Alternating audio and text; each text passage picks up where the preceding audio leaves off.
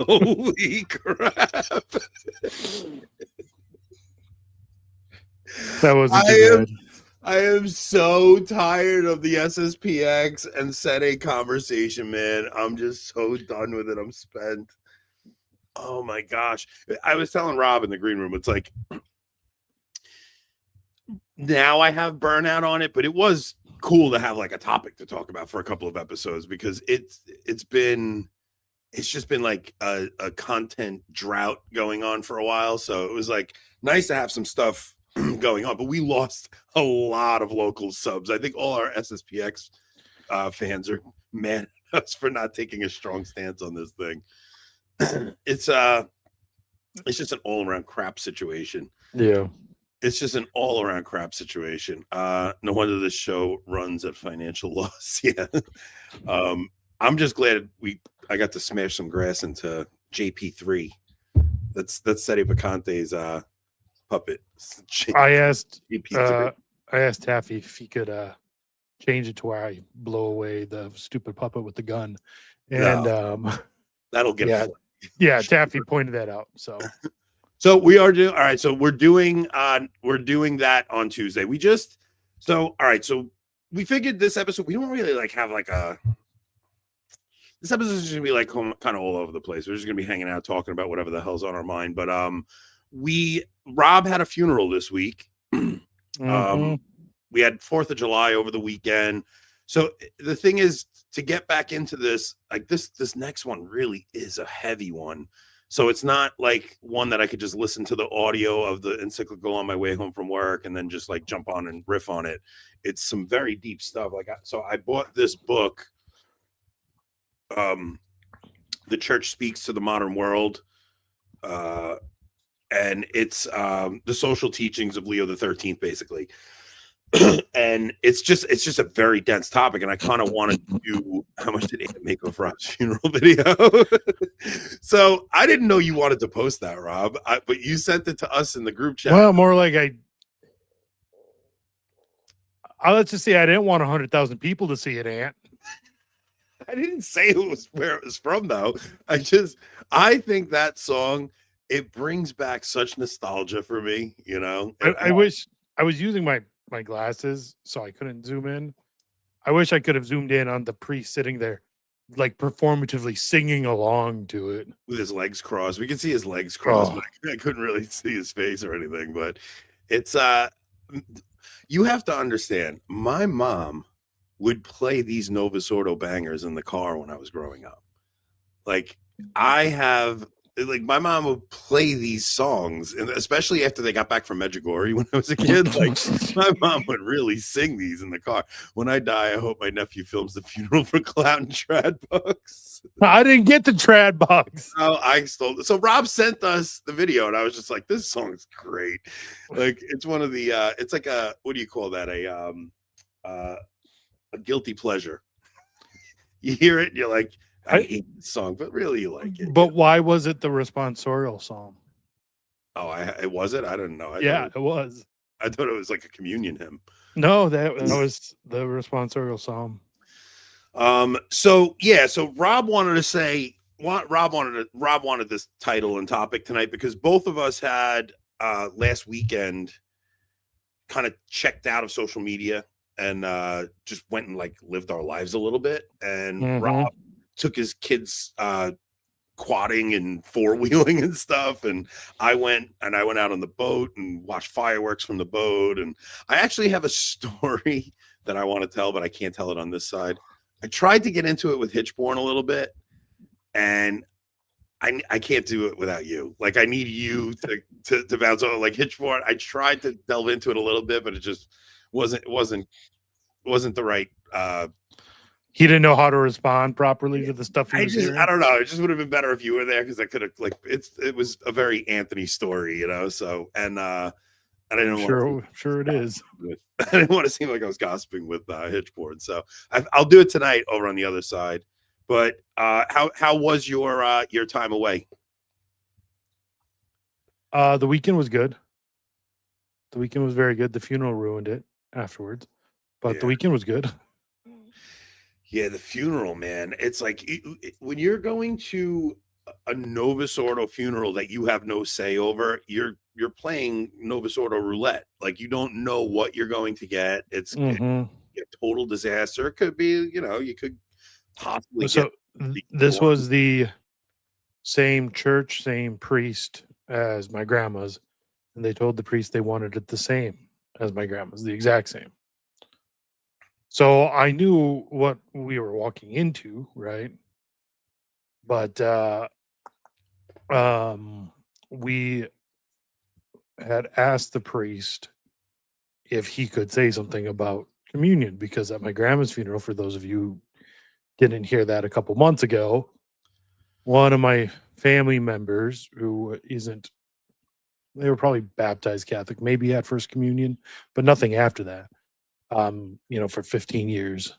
One of them went up, well, one of them, they all went up to receive communion, even though no one's practicing. And one of them took it in her hand and walked back to the pew with it. Right. So after that debacle, where we asked the priest this time, could you say something about who can properly receive communion? He goes, no, I don't do that. It causes more issues. And then my priest, man. Yeah. Well, then my aunt, so at my grandma's funeral, my cousin gave a eulogy after mass in the sanctuary still, but at least after mass. My aunt was going to give a eulogy before mass, and so she asked the priest, could she, she said, okay, well then I'll say something to everyone gathered about it, before, after the eulogy. He goes, no, I won't let you do that. He literally forbid it from being said. God, honestly, look. So what happened? The third person in line went up, took the host, went right back to their pew, and didn't put it. Now I don't know what would have happened if someone didn't tell them to, but yeah, it's dude. Man, it's hard to argue against the society's position. That's all I'll say. Like, it's just, you see stuff like that going on, and you wonder why these men even became priests, and you wonder what it is that they even, like, do they have absolutely no concern for the faith whatsoever? Like, zero. This man doesn't believe the faith. This priest does not. There's no way. Yeah, it's just hard to. So like I said, my aunt was going to give a eulogy before mass. He starts mass, forgets all about the eulogy until after the first reading, remembers, until after the responsorial psalm that was actually on eagle's wings. Then he remembers about the eulogy, and instead of waiting for the end of mass, has her give it right then in between the two readings. So basically your aunt gave the homily. Yes. Essentially. Essentially your aunt gave the homily at mass. And like this is in the Archdiocese of St. Paul, Minneapolis. And the Archdiocese is actually pretty strict on no eulogies in mass. Yeah. Like, in all their documentation, they make it very clear priests are not to allow eulogies inside mass. Well, this priest does what he wants, I guess. Yeah. I mean, we're going to have to, like, for me, I'm going to have to leave like instructions. Yes. There's going to be instructions in my will of what I want done, because I don't want any of this nonsense going on. I mean, my family's good enough that, I don't have to worry too much, but it's just crazy. I don't know. It sucks. But like, the whole point of what Rob wanted with the title was basically like, go out and touch grass, because getting off the internet for a couple of days, it's like you get away from the vitriol online and the Catholic drama. And because I've seen in the past few days, there's just so much animosity on social media right now. Like, people are like, I tried to take a measured approach with the society thing. Like, the thing is, I have the position I have, right? And my position is not that I completely understand the society. It's more just, I think we are ruled by cretins right now, but I think we are to be subject to them. And I think that's like, how we're subject to them will like make us holy. But I may be wrong. Like, I don't know. That's just kind of the way I'm and I don't have a dog in the fight with the society. Like, I don't go to a society chapel. So I don't know. I tried to give a measured approach to it, but people don't want a measured approach right now. They want you to either be 100% in. They just want you to agree with whatever they believe. Yeah, so people are just stuck in echo chambers right now. They're just stuck in echo chambers. And if you're, well, I had that, like this guy Mark that follows me on X. He watches our show all the time, and he's like, I tuned in for 5 minutes and had to tune out. These guys are Pope splainers. It's like, you think I'm a Pope splainer? Are you insane? Like, in no way would I defend any of the garbage coming out of the Vatican, any of the garbage Leo's doing. My position is just that.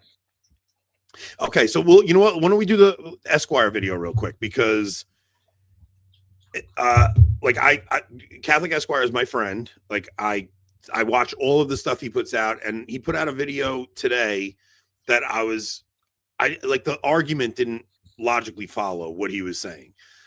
So it's a 1 minute clip. I want to just play the 1 minute clip because the way he's framing it is an improper framing. And let's just go through his clip, and then I'll speak my piece. All right. In this video today, we're going to look at this because it's very apparent. If the SSPX was wrong for consecrating bishops in order to preserve the Catholic faith, to keep tradition alive in the face of the errors of the Second Vatican Council and everything that sprang from the Second Vatican Council, including the new Mass, if the SSPX is wrong about that, then logically speaking, according to all the critics of the SSPX, and I'm talking about Taylor Marshall, Eric Sammons,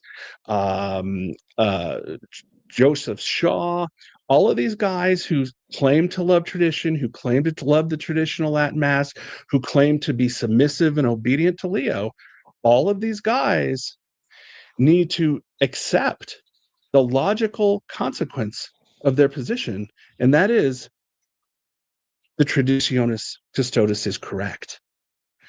And so if they come out and claim that Traditionis Custodes is wrong, and yet the SSPX is wrong at the same time, that is a major violation of the law of non-contradiction and hypocrisy. Okay, so pause it. So, all right. So the thing is, I think Leo was wrong to not let them consecrate the bishops. Right? Like, I think Leo should have let them consecrate the bishops. I agree with the SSPX that all of this stuff is rooted in the Second Vatican Council and the revolution that took place there. Like, I agree with the society's position. My position is not that Leo did the right thing here. My position is just that Leo has the authority to either give them the mandate or excommunicate them if they don't have the mandate or whatever, right? So but it also doesn't follow that just because I think Leo is wrong, that means the SSPX is right. Like they're right in their argument, but that doesn't mean they're right to go about the consecration without the papal mandate. Now, it's just such a tricky topic because I agree with the society in substance. Like I go back and I listen to Lefebvre and I'm like, holy crap, man, like everything this guy's saying is correct. Anybody who loves the traditional Mass, like for you to not give Lefebvre, like without Lefebvre, we don't have the traditional movement the way we do right now. Like it just doesn't. Like we probably would have never got some more in Pontificum without Lefebvre. All of that stuff. Lefebvre is like the reason that the traditional movement took shape and had any kind of form, right? And it's like to just because I think Leo is wrong for not giving them permission doesn't mean they should just take that authority upon themselves and do it without permission, if that makes sense. Like it's not, I don't know. I don't like the way he's like, and of course so with Traditionis Custodes, right? He's saying if you think the society is wrong, then you have to think TC is right. It's like, no, I think TC is trash, but I also do think the Pope has the authority to promulgate the document TC. Like he's the Pope. So even though I hate the document, I still think the Pope has the authority to put it out. And just because I think the document is unjust and cruel doesn't mean that we have the right to go start having illicit masses. and do whatever we want and disobey it. So like Right. to some degree, we may get stuck going to a Novus Ordo or finding a Byzantine liturgy or whatever we have to do to survive. My point is that the Pope does have the authority. And the only other position you could take is that the Pope is not the Pope. And I don't see how, I can't take that position. And yeah, I don't think you have to go along with TC and think TC is a logical, like logically that TC is correct. None of that. I think that we're ruled by Cretans right now. So play the next video above that. It's actually Catherine and Mark from Catholic Unscripted looking at a video out of England of a gay blessing at a Novus Ordo with a cardinal there,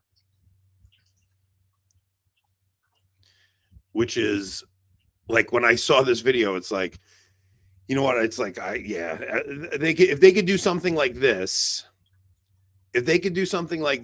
without consequence, like the SSPX should do whatever the hell they want to do.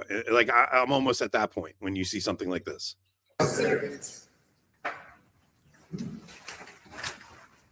Giving thanks that the Church offers blessing to those who seek it in spirit and in truth, we ask, O God of love, that your grace come down upon Julian and Martin as they mark the 50th anniversary of their relationship. May their love continue to be generous. Say that you can't bless couples, you can bless individuals. Like isn't that very clear in Fiducia Supplicans that you can't do exactly what they're doing here? Yeah. So Bishop Moth, what's going to happen now? That's the question, isn't it? We could look at this all day long, but it happened, and it happened with a cardinal and in a two Catholic church in Westminster. Canon of Westminster. I'm watching Pope splainers say, well, they're clearly doing something against church teaching. And it's like, Fiducia Supplicans not give permission to this, so they're going against church teaching. It's like, at this point, who cares what the document says? They're clearly doing this anyway, and there'll be absolutely no consequences whatsoever. Nothing's going to be done about it. Absolutely nothing. So the whole point of the document was to give cover for guys to go and do this and then just go, oh, we misinterpreted the document. It's this nonsense trash that comes out. So now you look at the society's position and they go, oh, yeah, okay, we can't do it. We're going to. Like the society's like, we're just going to be Catholic and we need bishops and we're just going to continue on with the mission that we've been doing since whenever Lefebvre started the society. It was in the 70s. Like they're just going to continue on doing what they're doing. And you have to, in some respect, just go, yeah, all right, man. Like honestly, the infighting I'm watching in the Catholic world right now is so insane because people are losing friendships over this. And it's like, I may have like my opinion on like, yeah, the Pope probably has the authority. Maybe they shouldn't have done this. But like, I don't look at guys that go to the SSPX any different. Like, I don't think they're schismatics and not Catholic. I'm just like, I don't know. Technically, I probably would side with the Pope has the authority. That's just where I kind of fall on that side of the argument. But you see trash like that and you're just like, we are living. If this isn't the great apostasy, I don't know what the hell the great apostasy is going to look like, man. It can always get worse, Ant. It's going to get worse. That's the thing. It's going to get worse. It's absolutely going to get worse. It's just, I don't know, man. This is like, what the hell is that? That's worse than any Anglican service I've ever seen. That is horrific what we just watched. Yep. It's just insane. So I don't know. Yeah. I'm tired of talking about this topic. I want to drop it and I want to leave it alone. And I don't want to lose friends over this crap. Like we all know the inside. Like honestly, I hate the freaking Novus Ordo. And part of the reason I hate the Sedes is because all they do is shove the Novus Ordo down my throat. It's like, I don't want to think about the Novus Ordo. I don't want to look at it. I just want to live my Catholic faith the best I can. My SSPX priest went above and beyond to take care of my son from his birth to death. Where I live, not a single Novus Ordo priest would do what they did. So Joe Boca was going to the society for years, and then he had like a security gig where he was working nights. So I was seeing him every week at the diocesan TLM. So because the diocesan's way later in the day. There's one at 11:30 and there's one at 12:30. So I was seeing him at the diocesan Latin Mass for like the past year because it's just easier for him to go. He's staying up late at night working security, and then he goes to that. So he hasn't been to the chapel, to the society chapel, in about a year. And he went after the consecrations, and he said, Father like chased him down. He's like, Joe, where have you been? You know, and he was just like, you know, he's just very concerned for his soul. I'm very concerned for him. So it's yeah, like you're talking about priests who have genuine care for souls. You're talking about priests who have genuine care for the Catholic faith. And to put that up against the garbage we just watched, I don't know. Like, I don't, honestly, I don't. Good for the. I'm glad they did what they did. Whatever. Go at it, guys. Who, the gays or the SSPX? SSPX. The gays are going to end up in hell. That's all I know. But I can't, you know, not according to the church. Yeah. No, Yeah. according to the church, the SSPX are going to end up in hell. It is, dude. It is just such a crap show right now, man. But remember, the Orthodox can give you confession, but the SSPX can't. Yeah. Yeah, it's like, and then we'll cover a few things before we head over to locals. We're gonna probably do a longer local show tonight. We'll do a short YouTube show tonight. What else did I put in here? I threw that I love how we talked about the topic for 30 seconds. Yeah, because I don't really want to. What, the actual show topic? Yeah, the show topic. All right, so we can do that. Well, I can't talk about last weekend because we're gonna do that on locals, but tomorrow's my 21st wedding anniversary, so I have off of work tomorrow, and I'm leaving my house at 8 a.m. and I'm leaving. Can you pull up a map of Long Island? Maybe I should do it and share it because then I could use my arrow pointer. So I'm heading to I'm heading. Me and my wife are leaving in the morning to go to Greenport. Let me see, map Long Island. Let me see if I can pull this up.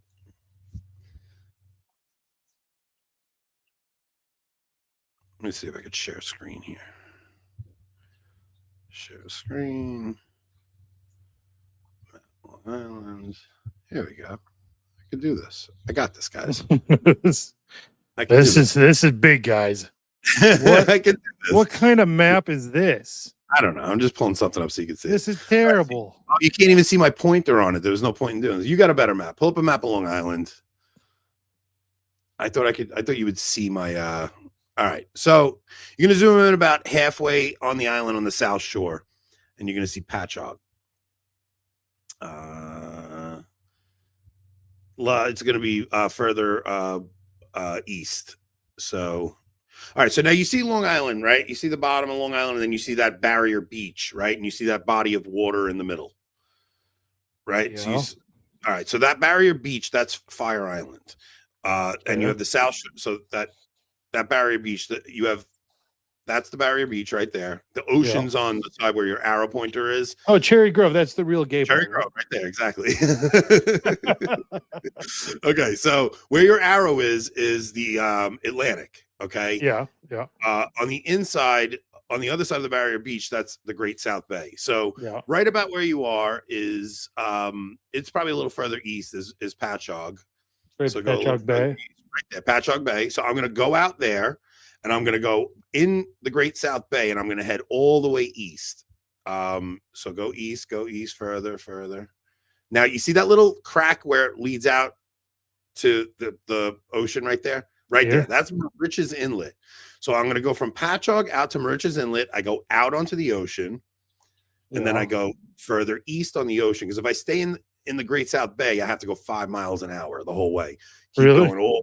Yeah. So I'm on the ocean tomorrow. Keep going. Right there that's the Shinnecock Inlet.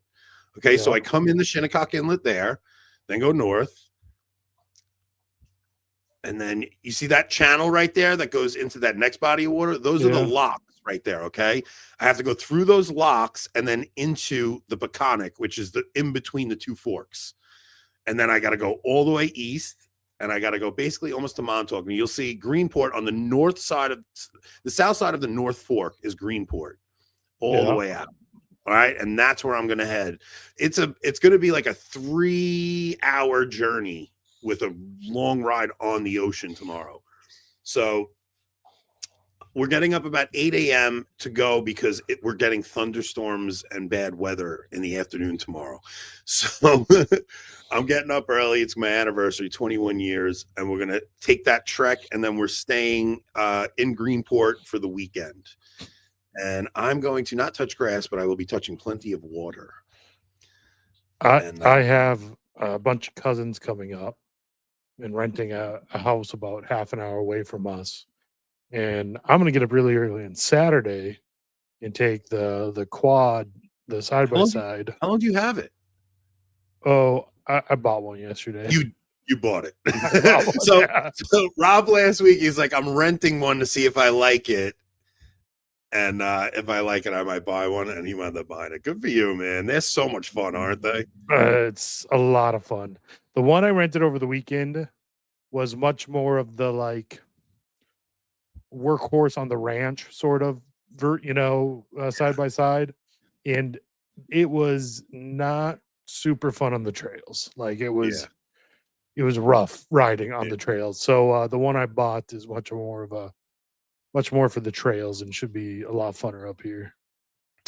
Yeah, my uncle had like 7 of them, right? Like my uncle had a garage full of quads and side by sides. When you came, I think there was only 2 side by sides left. He used to have like 5 of them. But he had a 1000cc Razor 2-seater. That thing did 0 to 60 in like 3 seconds.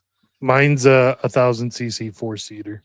Yeah, think of it. It's not Razor. It's a Can-Am Maverick, but it's same style, but it's 4-seater. Dude, they're so much fun, man. we would go out drinking and driving on his property. It was so bad. So many accidents. We went up one time. It was like all the guys from work went, and we go and we're driving them out. There's like these power lines up on my uncle's property, and we're flying on them. And one of the quads collided into one of them, and my friend went over the front. We had to have him airlifted out because we couldn't get him back to the house. So the freaking helicopter had to come out by the freaking the power lines and pick him up, and he got airlifted out. They charged him $40,000 for that helicopter ride. Yeah.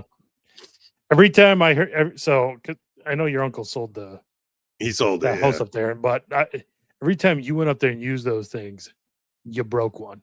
Every single time.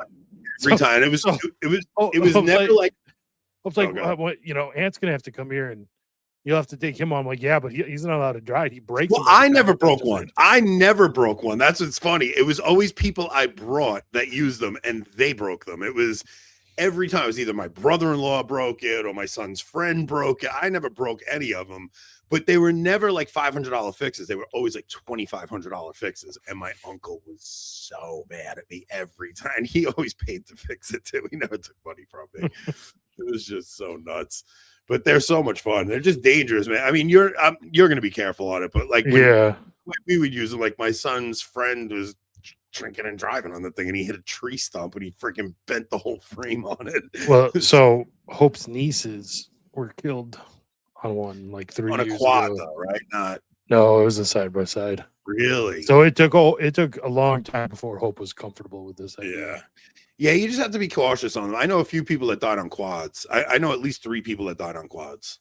I had one friend. One friend is paralyzed from them. I have another. It was like a total freak accident. Was my wife's cousin's friends. They were up at their house using them, and he was just like riding it from the driveway into the garage to put it away, and the thing just took off, and he hit a tree and wound up dying on it. And they're very, like, quads are way more. I always got nervous with quads, but at least the side by side, you put seatbelts on, like the seatbelts, helmets, like helmet, seatbelts. The thing always had a roll cage on it, so like I've seen guys flip them and they're okay. Yeah.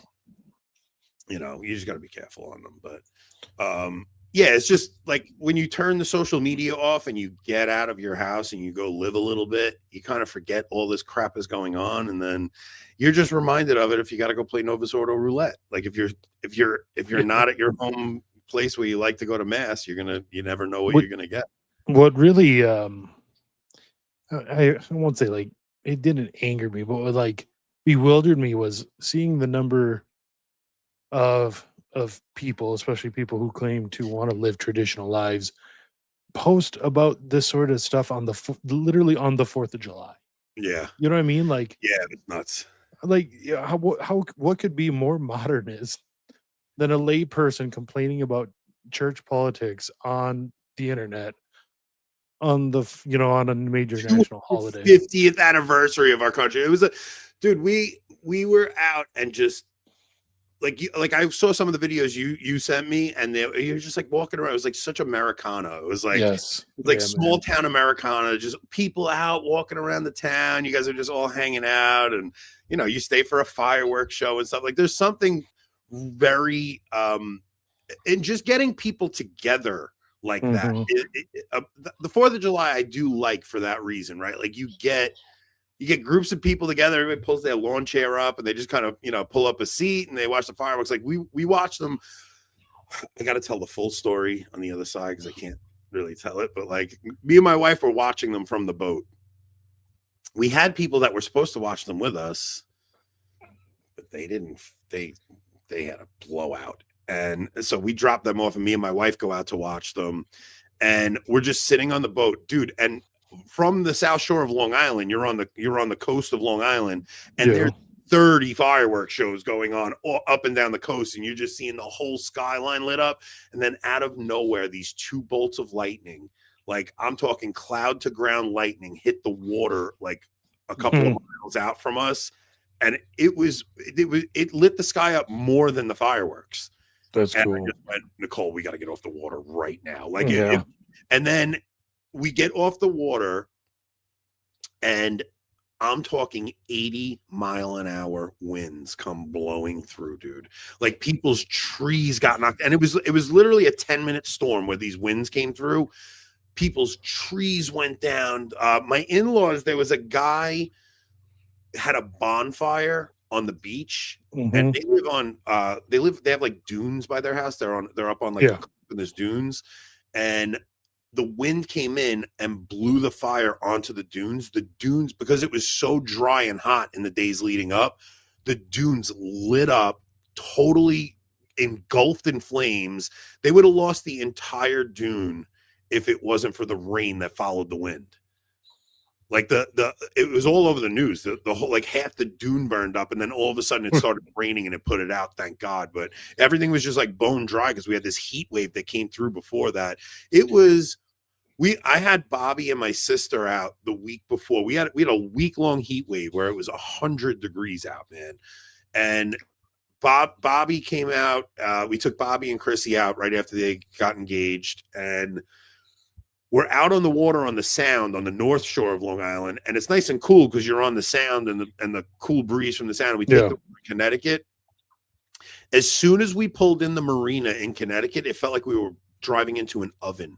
It was like this heat just hit us. We were like, oh my gosh, man, how are we going to handle this? We got off the boat, we ate something, we were literally all fanning our faces like this. It was just dreadfully hot. We couldn't even stay there. We ate something real quick and just got back out on the water because it was so freaking hot in Connecticut. But yeah. So we have a few topics we can cover though. There on the other side, I figured we could do it. I wanted to do that black woman who shot the veteran in the parking lot. I wanted to get your take on it. Why? I don't think there's enough info to have a good take on it. Or should we do the trad wife thing real quick? So go up. Either one. Whatever you want to do. Yeah, do the trad wife one here. Let's do the trad wife one.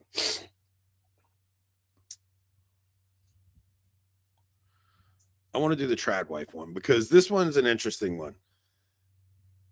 It looks like a video of an annoying woman. It is an annoying woman. Of course it is. Of course it's an annoying woman. Let's play this one. Where are they hiding the 47-year-old trad wives? That's what I want to know. That's what I think about every time I see one of these videos from like a 19 or 20-year-old talking about having no job and no degree, and she loves it and it's amazing. Where are the trad wives that are my age, that are 47, that are 50? Why are they not out there espousing how amazing? Doesn't she realize most 50-year-old women aren't on Instagram like she That's is? exactly what it is. So, like, I played this with my wife before, and I'm like, she wants to know where all the 47-year-old trad wives are. She goes, "We're not on the internet." That's Oh my god! So the ones that are 20 are doing a LARP, right? Yeah. So that's what it really comes down to. So all right, wait. I sent one to our because I want to send you this. Like there's the 47-year-old trad wives are watching us. They're not online. So I'm gonna send this one to the Telegram because it was in our group chat, but I want to read this article. Pull this article up. This is totally insane. I just sent it to Telegram. Yeah, I got it. So this like the young girl trad wife LARP is a thing, right? And it's these young girls who get on the internet and they're baking cakes and they're doing all this stuff, and it's like it's a LARP. They're not really trad wives. Like, they're on the internet and they're e-girls, right? That's a very different thing than a genuine trad wife, right? A legitimate trad wife is just at home, like caring for her home. So this article is infuriating. So, divorced, destitute, and left for dead: the dark side of trad wife life after 35. Divorce was analogous to a curse word for Anitza Templeton's hyper-traditional, faith-centered home, with her husband hailed king of the castle, almost rivaling the Holy Trinity between God the Father and the Son and the Holy Spirit. Templeton, who married at age 26, eagerly abandoned her dreams of pursuing a career in art to instead satisfy her man's every commandment. That's my wife. She abandoned her career in First art. off, there's no such thing of a career in art. Exactly. From growing the family's produce in her private garden. Like, this woman is describing an idyllic, beautiful life. Growing the family's produce in her private garden to gussing up in a sexy outfit and cosmetics before he came home from work. The brunette's routine became that of an extreme 1950s homemaker, obeying, baking, and baby making. First off, I don't believe a word of this. This woman did not do any of these things. This woman is a hag. No. So I don't believe any of that. So it's a regime that most traditional or trad wives follow based on religious principles. Unlike housewives, women who raise kids and manage their households as equals to their working spouse. Like, come on. Women who raise kids and manage their households as equals to their working spouses. Trad wives often become subservient subordinates whose sole purpose is to please their partner. This is not, I don't know, maybe this exists, but like a trad wife's duties are to her home.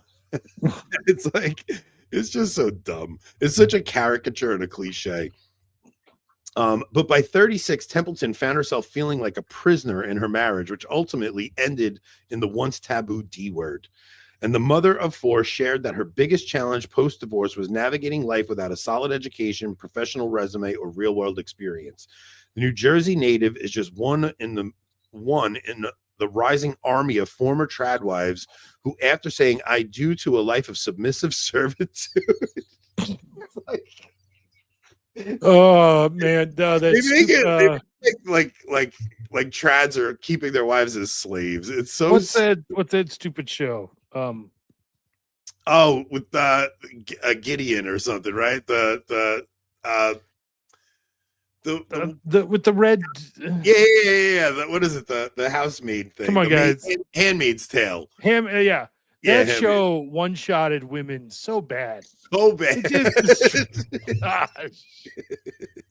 No, I don't know if it gets into it, but I noticed so far they haven't told us anything about this divorce as to. And listen to me. They can't list a single thing the husband did wrong. Like, the husband's out working all day. The wife has a garden and she looks pretty for him when he comes home. My goodness, the horror. How could she live a life of subservience to her husband like this?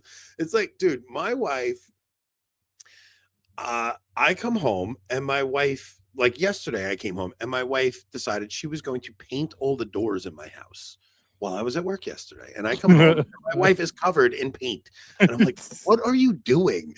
She's like, I decided to paint everything today. And like that, like my wife does what she wants to do. It's not like some days I come home and she's in the backyard in the garden and she's gardening and doing her thing in the backyard. She's not sitting around as my slave, like especially now at this point in life, like she's just literally does what she wants to do. And every woman I know that goes to work is miserable at work. Like nobody wants to work. I don't want to work. Why would anybody want to work?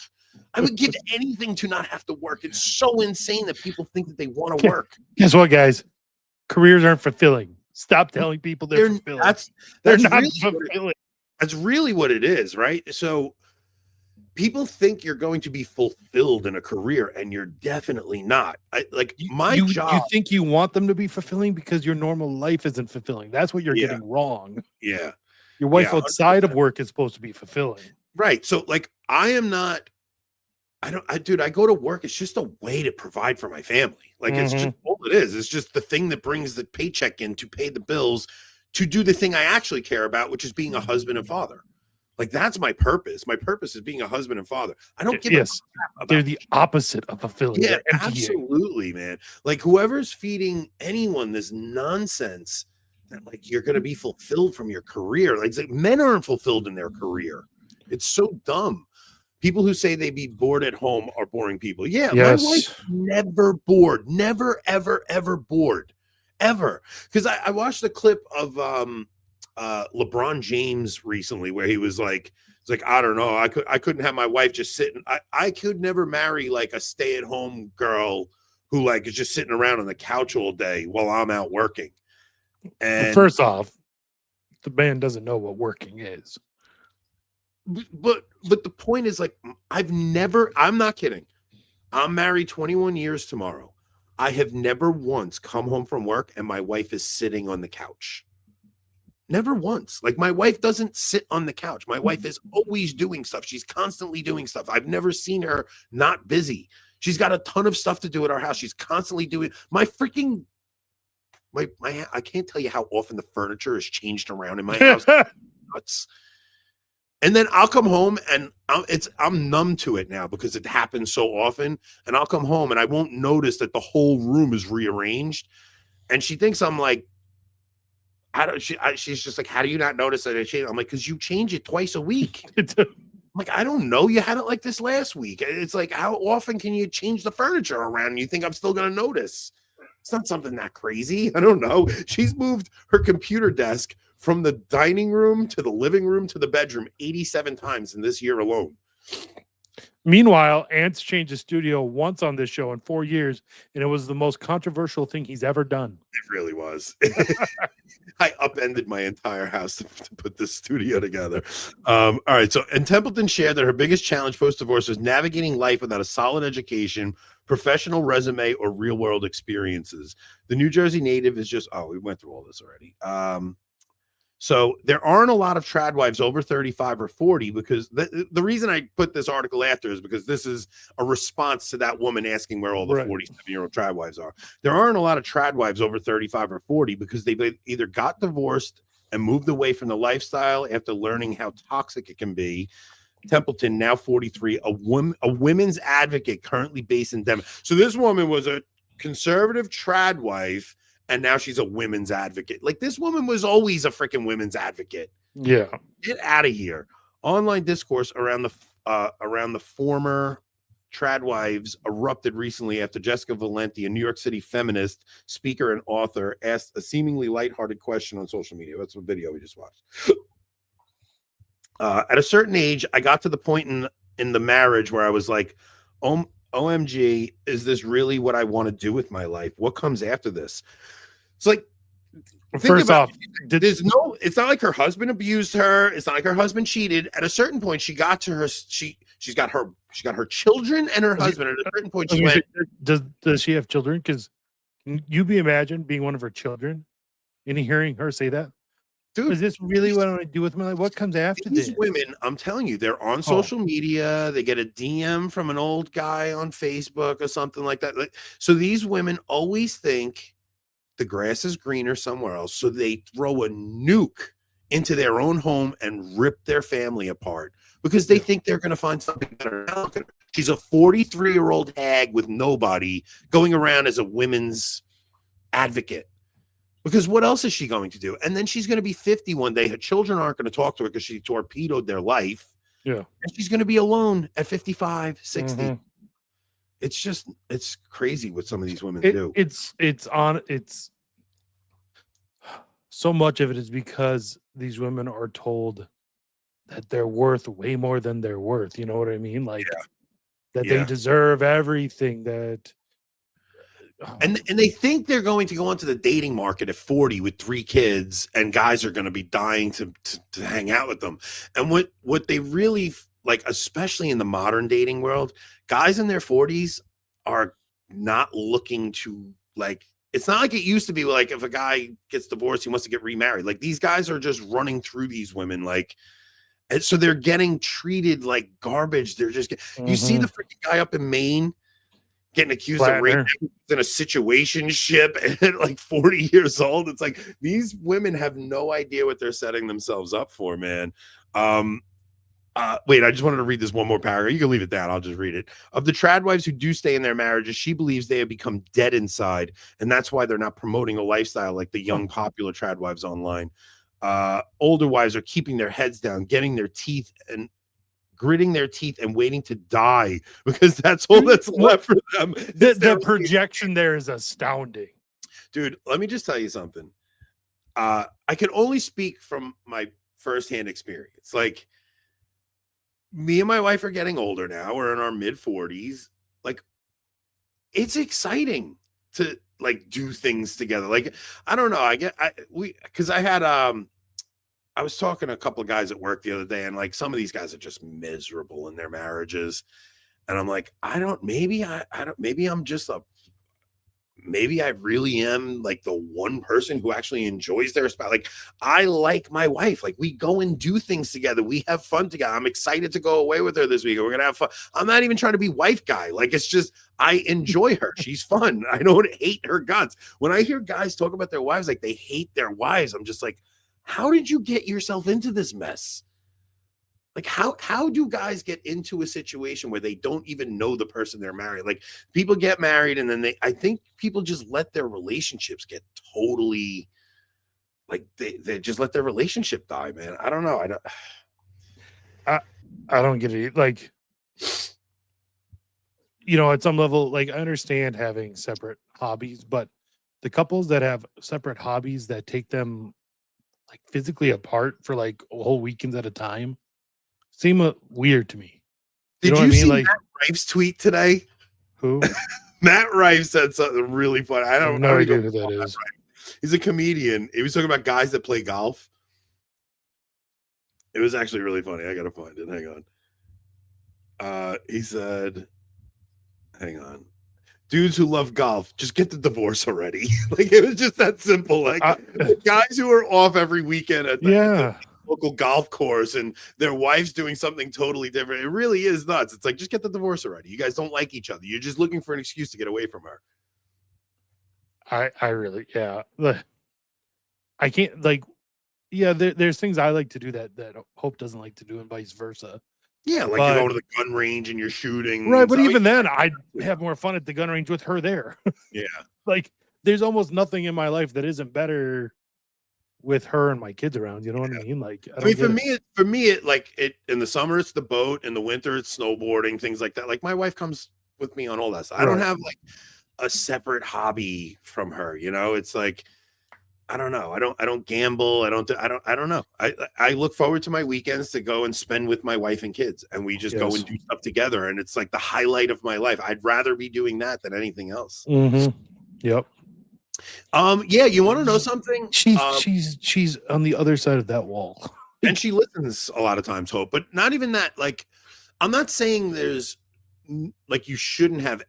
Like Rob just said, like you can have some things you do, but like I think it's important to just have. I was thinking about it. Like if I hit lotto, like I think I would still do this show. Like Yeah.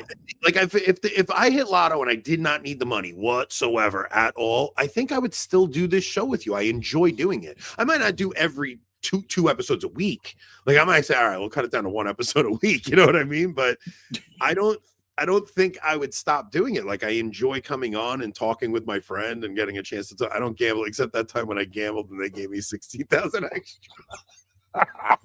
Freaking Don. I hate Don. First of all, it's really good to see Don in the chat again. It's really good to see him in the chat. He hasn't been in a while. I don't gamble, but I'm talking Bobby, Rob, we're gonna have to talk about this. The wedding. Like, are you and Hope gonna come to the wedding, or do you want to just come to the bachelor party? We got to figure this out. We'll talk offline, but I'm trying to talk Bobby into doing Atlantic City. I'd have to know like dates and stuff. Yeah, of course. We'll figure all that out. We're trying to figure out. I want him to do Atlantic City for the bachelor party, just because it's in between me and him. Like he's in Virginia and I'm in New York. I figured Jersey, Atlantic City is a good meetup in the middle. So, and plus, I think all my brothers are going to want to go to something like that. It's like we'll go, we'll grab dinner together, we'll lose all our money at the blackjack table, and then we'll just go hang at the bar together. Do something like that. It's too bad your uncle didn't have a big house in Pennsylvania. Yeah. That would have been fun to do. All right. So wait, I brushed over this. I know you put it up. I travel a ton for business and for reserves. Gets old when married with kids. I don't know how Army families do it. I really don't. I don't know how. Oh, Molly, you play golf? That's probably interesting. Yeah, Paul goes to the shooting range on his own, but he golfs with her. Yeah, I don't know. You got. I don't. Golf has no draw for me at all. I don't. Yeah, I know. I've played golf twice. I suck so bad at it, but it is fun. You get a couple beers and you just like we were like crashing into each other with the golf carts and stuff. We made a fun day out of it. But all right, so if I won the lottery, I would still watch this show. We appreciate you guys. Yeah, and by the way, like our show is dying right now, so if you guys want a super chat, we would appreciate it. or we'd rather you go subscribe on Locals. Yeah, we'd way rather you join Locals. Also, it might be dying because we forgot to do things like our ad sponsors. I've done them every time. Not today, we haven't. Not today, we didn't. But I'm sure. As we're talking, I'm trying to think of a good knick-knack success story. Do you have any good knick-knack success? All right. So the Bobby's best man. He's like, well, I got you on the phone. He's like, you want to be my best man? I'm like, no, you have a brother. Like, yeah, like you have a brother. Like, your brother's gonna be your best man. Was my brother my best man? No, sorry, Ryan. But I admit that I was wrong there. I'm sorry, Ryan. So I'm like, no, you have a brother. I'm like, I'm not giving a speech at your wedding. He's like, yeah, that's why my brother doesn't want to do it. But then I was thinking about it. I'm like, all right, what if I did do the speech at the wedding? Whoa, we could turn it into an Avoiding Babylon talk. And a knick-knack ad. I could make the whole thing a knick-knack ad. It might actually work out good. Yeah, it's like I did the studio over, now the show's out. No, I think the SSPX was such a touchy subject that give it 6 months, people will cool down, and that's what I think too. But like when I tell you we lost 100 local subscribers in the past week, like people just unsubscribed from, which never happens. Like we'll lose 5 or 6 and then we'll get 10. People just unsubscribe from Locals in the past week, and I think it's because of the SSPX thing, which sucks because I don't care that much about it. No, yeah, do a normal speech and then halfway do sponsorship ad reads. I think I could put a good. We miss you, Mimi. Thank you so much. Appreciate you. We will all walk with you into obscurity. We'll keep doing it, guys. As long as some people watching, we don't care. No, Don, we got your credit. We got your debit card number. You're subscribed forever. I won't let you live it. You have to make eye contact with me on Sundays. There's no chance. That's the other thing. Sunday, like I'm going to Greenport this weekend. I'm playing Novus Ordo Roulette this weekend. because I don't think there's unless Patrick just texted me he's working in Greenport. So maybe he knows a place to go to mass out there. He said, I work in Greenport. I'm there tomorrow. So maybe we'll see him while I'm out there. But Patrick, if you know somewhere to go to mass out there, let me know, because it's going to be a rough one this weekend. I have a feeling. People unsub because of the SSPX thing. I mean, I go to SSPX chapel and I didn't think you said anything other than what you've always said. Yeah, I didn't think so either. But people don't want like just like a measured response on things. They want you to come down hardcore on their side. So, I mean, I don't look at anybody that goes to the SSPX any differently than I did 2 weeks ago. I mean, they've been telling me the SSPX is in schism since 2005 when I started paying attention to this stuff. So I don't see how it's any different now than it was then. Konomi's in the chat. Konomi goes to the society. You think I look at Konomi any differently? Love Konomi. Come to Portland, Oregon. I'll take you to a great TLM. I want to go to the West Coast very badly. But I pray for you out in Portland, though. I want to go to like Montana. I don't know if I need to go further west than that. I want to go see the national parks in Washington State, California national parks. There's some beautiful national parks out west. Yeah, but I can't carry a gun. That's true. Yeah. Well, I spoke with. We have a Father Maudsley update for locals. Do we? Yeah. Yeah. Well, you didn't watch the last locals episode, but we did get into some of the stuff with him on the last locals episode. Yeah, Rob doesn't even know that me and him have been named as Russian assets also. I didn't, not until the green room before the show. I told him right before the show. I said, "Oh, in case you don't know, we we have been named as Russian assets." Yeah, I do have a Do Russian assets get money? No, apparently we just apparently not. Free. Yeah, but it was just yeah. I have Father Maudsley scheduled for when his next book comes out. That's when we're gonna get him back on. But I did study Russian. You're right, Don. Do you have a Russian connect that I'm unaware of? Are you taking money from the Kremlin and not cutting me in on it? Have you seen the exchange rate? There's not much to cut you in on. I did not see the Father Gregory Pine with Wagner episode. I saw people clipping it and ragging him for saying some of the similar things that we say, just like the Novus Ordo is kind of a dumpster fire, and people were calling it like Stockholm syndrome and stuff. But I think it's just recognizing reality. Yeah, you guys break my chops for buying a boat. Rob's out here buying side-by-sides. First off, wait, where to go? Buying is kind of a stretch. It's financed. Like, yeah. Well, my boat was. My boat was basically a car payment, you know? I mean, it's paid off now, but it was basically a car payment when I bought it. Well, luckily the side-by-side is less than the car payment. My boat was $100 less than my car payment was when I bought the boat.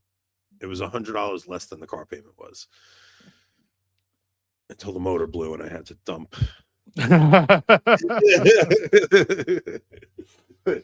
the car's paid off and the boat's paid off, and I'm guaranteeing my car engine goes soon, man. It's just the way it happens. Yeah. What did Ocean say about Konomi? Konomi I don't always looked at me differently for you. Yes, you always looked at me differently first day in Italy, and then Ocean says it's because you're black. No.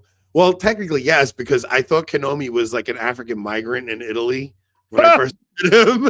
So, like, I literally did because there was African migrants coming up to me. Oh, yeah. Did I tell the story on here? So, no. When we get to Rome, first off, everybody gets to Rome, and we're there a day before Konomi gets there. So, like, I think the whole group's there. And I don't know, there's more people coming. And then, so Konomi got there a day late because his flight got delayed. Now, the next day, we're in the Vatican, basically. Like, we're in Vatican City. And when you're in Vatican City, there are African migrants everywhere trying to sell you phone chargers, trying to sell you little statues of the Vatican. Oh, that sounds like the Mall of America. Yeah, it's like, like when they're in France, they're selling you little Eiffel Towers and stuff. So Konomi comes up to me and he hands me like one of these trinkets. And I just look at him, I go, bro, I'm not buying your stupid trinkets. And he goes, Anthony, it's me, Konomi. I'm here for you. And I'm like, oh my God. I felt so bad. I felt terrible. Oh. Konomi is a dear friend now, and he has a heart of gold. He's one of those guys. Even my wife says it. Like when you're around Konomi, you just you feel like you're around somebody who's just holy.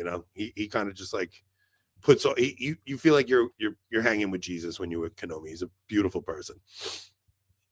But yes, that was kind of funny when that happened. At least Kind of funny. That's hilarious. What is this? Justice for Konomi. Justice for Konomi. All right, so we're at an hour. We're gonna go over to locals. I'll tell the full story of what happened on the boat this weekend. Let's do our knick-knack ad. So I'm gonna get a good knick-knack for Rarum on Tuesday. But go to knickknack.com. Use code AB25% for 25% off your first purchase. Knickknacks are nicotine lozenges. They are way better than any of the other pouches out there. We love knickknacks. They are our biggest supporters. Use AB25 for AB25% for 25% of your first purchase, and use code AB10 for 10% off every subsequent purchase. Get all my cousins hooked on them this weekend. Oh, that's what happened. So he wanted to shake my hand, but the bracelet one guy gave him was in his. So basically, Konomi came up and one of the migrants gave him a thing. And then Konomi comes over to shake my hand, and I thought he was trying to hand me the thing. So I thought he was selling something. And I'm like, I don't want this thing. What are you doing? It was a very funny thing when it happened. Oh, I felt bad. So, okay, so what's funny is you could go to like Norway and they would think you're an African migrant trying to sell them a drink. You see Mamdani didn't put Little Italy as one of the immigrant outcrops outposts in New York. Everybody's saying that means the Italians are finally making it as whites. Go to blackmonkrosary.com. Get 10% off an amazing Black Monk Rosary by going to blackmonkrosary.com using code AvoidingBabylon at checkout. We love Black Monk Rosaries. Is there anything coming up that would make a good gift for what's coming up? We have Our Lady's Feast Day in August. In August, yeah. Yeah, we have Our Lady's Feast Day. I don't know. Honestly, if you know a convert, grab one for a convert that's just coming in. If you know somebody who's considering the faith, grab one and get one for them. If you have children, all your children should have Black Monk Rosaries, guys. If you know a biz larper, buy one for them. Yes, that's how we Latinize them, guys. That's how we make them real Catholics. Yeah, Bobby's having a Latin wedding, by the way. Wait, confirmed? Not confirmed, but we'll make it happen. Okay. It's gonna be a Latin wedding. So all right, guys, we're gonna head over to locals. If you're not a subscriber to locals, I forgot to put the link in the chat last time, Rob. If you can, just I'm doing that now. Link up. And we will see you on the other side, kids. Do we have a good Why don't you play the Guns N' Rosaries outro? Because I did it last time. I heard that. That was funny. I played the Guns N' Rosaries outro at the end of the last locals episode. I couldn't hit end fast enough. I ended the show and that song comes on and I'm like, Guns N' Rosaries, are you kidding me? I just kept trying to end it. Adrian got a kick out of it. He thought it was funny. Oh, I bet he did. Yeah, he loved it. Yeah, you guys, if you're not local subscribers, you're missing out, man. Been a while since we've had a good well, since we watched that Gay Blessings. Here we go. Yeah, I snap my fingers. You forget that you were ever gay. I was never gay. Exactly. Wait, no, stop. Yes. No, stop. You can't. I was never gay. Okay. No, I was never gay. Sure. You can't just state something and snap your fingers and then be like, I was never gay. If you say so.